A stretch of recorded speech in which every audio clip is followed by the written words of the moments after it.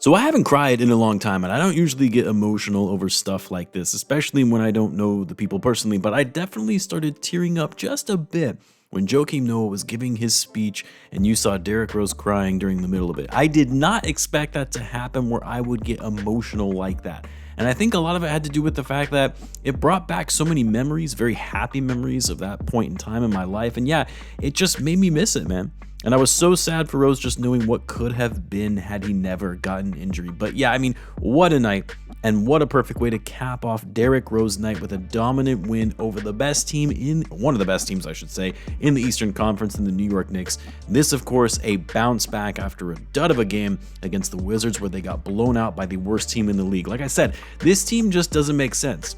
But no, a great ceremony, pregame and halftime show. I saw a lot of your guys' pictures who went to the game, showing the atrium and the displays of the United Center. Really nice gesture by the part of the Bulls, and then of course an even greater gesture to honor him by retiring his jersey, or announcing that they're going to be retiring his jersey, which, by the way, and then I promise I'll get to the game, I put out a video earlier this afternoon talking about some of the complaining that was going on amongst Bulls fans and the franchise's decision to retire his jersey, but retiring it next season. Some people, I guess, interpreted that as the fans didn't think Rose's number deserved to be retired. No, I didn't hear a single fan saying that. I'm sure there were a few fans who maybe felt that way, but no, I was referring to all of the Bulls fans griping about how this was a cash grab opportunity made by ownership to have yet another event to retire his number when they could have just done it tonight on Derrick Rose night, and how the Reinsdorfs were simply dragging this out to distract fans from how bad the team is and use this as another way to fill the United Center. That's what I was taking issue with, because at the end of the day,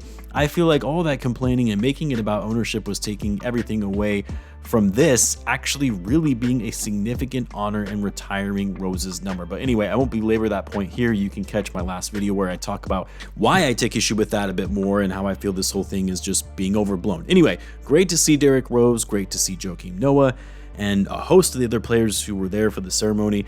And I'm looking forward to seeing what Rose has in store for him in retirement and the great work he's going to do for the city of Chicago. So about this game, though, I kind of had a feeling the Bulls were going to win tonight. I know that's easy to say after the fact when they do win, but with the disappointing game the Bulls had against the Wizards, their worst game of the season, the Knicks also playing last night, a traveling back-to-back, and also just the vibes on Derrick Rose night, just didn't think the Bulls were going to fall in this game. And the tanking crowd be damned. I will always take the Bulls beating my least favorite team in the New York Knicks, especially on a night like tonight. And the Bulls really handled these guys well. I mean, first and foremost, putting up 139 points on the number 3 seed. They shot an insane 54% from 3. And they weren't just jacking up threes like they usually do. They actually shot below their average volume at just 37 attempts, but made 20 of them. But not only that, they also were efficient in getting to the rim, attacking the basket. Guys were moving off the ball and cutting to the hoop. The ball movement was finally back, 36 assists in total. They took care of the ball as well, only 12 turnovers, and they actually played better defense than they did the other night, which isn't saying much since that was one of the worst displays of defense against a team I've seen in a long time. And tonight, their defense wasn't great by any means, especially on the interior, but you saw how much better perimeter defense was in staying with their man on cuts and deterring shots near the rim. The third quarter was really what turned things around for the Bulls. They must have heard Rose's inspirational speech at halftime talking about striving to be great, not good, because those guys came out with a newfound sense of energy and vigor and outscored the Knicks 41-17 in that quarter alone. Coby and Zach were on fire. Even Josh Giddey was heating up a bit.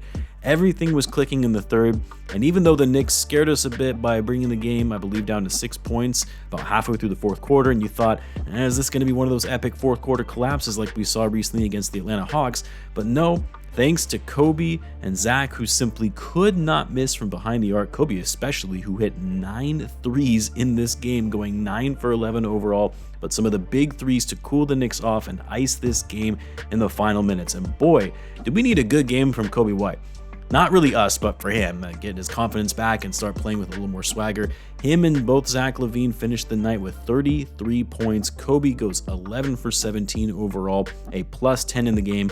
Zach was doing a bit of everything, scoring at all levels. Mid-range fadeaway was money, the elite finishing at the rim, the step-back threes.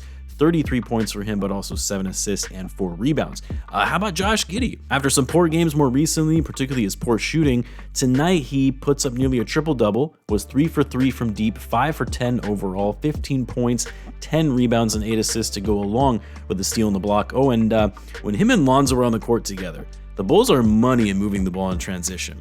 I definitely went nuts when Giddey threw that lob to Lonzo. We got to see Lonzo's first dunk in 3 years against the Wizards the other night, literally the only highlight from that game. And then tonight, he calls for the lob in transition, Giddey gets it to him, and he throws it down. Zo, 8 points, 6 assists, 2 rebounds, and 2 steals, also a plus 10 on the game. Oh, and Nikola Vucevic. Good game for Vooch, although he kind of let Cat have his way with him. He was absolutely not a threat at all on defense and was just fouling to try and stop a play without actually trying to contest a shot. But on offense, I mean, the usual Vucevic, double-double machine, 22 points, 12 rebounds, 10 for 19 from the floor. What I did like from Vooch was his attacking of the offensive glass, 4 offensive boards in this game. Patrick Williams got his triple single, 5-5-5 game. I guess that's okay for Patrick Williams, kind of MIA at times in this game.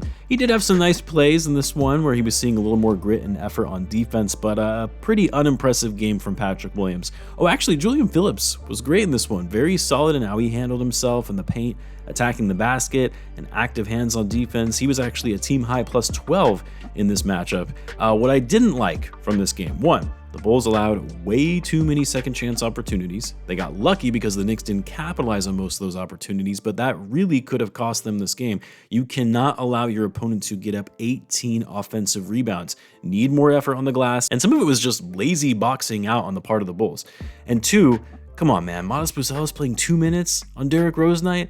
I mean, you knew Billy really wanted to win this game considering the amount of minutes all the starters saw in this one, but I would prefer to see more minutes coming from Modest in a big game like this over Dalen Terry. And it wasn't like he went in, had a really bad couple of possessions, and Billy Donovan sat him because he clearly wasn't ready. No, he attacked, got fouled, went to the line off of a rebound. So yeah, that's still just been a very frustrating thing about this season, is not seeing your lottery pick rookie get more run for his overall development. I have seen some fans saying, all right, well, all we need to do is get through Derrick Rose night this weekend, and then we can blow this thing up and trade everyone. Well, we'll see if that now ends up happening and being the case. The trade deadline is now just nearly a month away. But anyway, a great game, a great night, a great win. Really wish I could have been there with you all and enjoying this moment, but let me know in the comments, all of you that were able to attend the game and what the atmosphere was like. Of course, guys, as always, be sure to subscribe, and I will see you in the next one.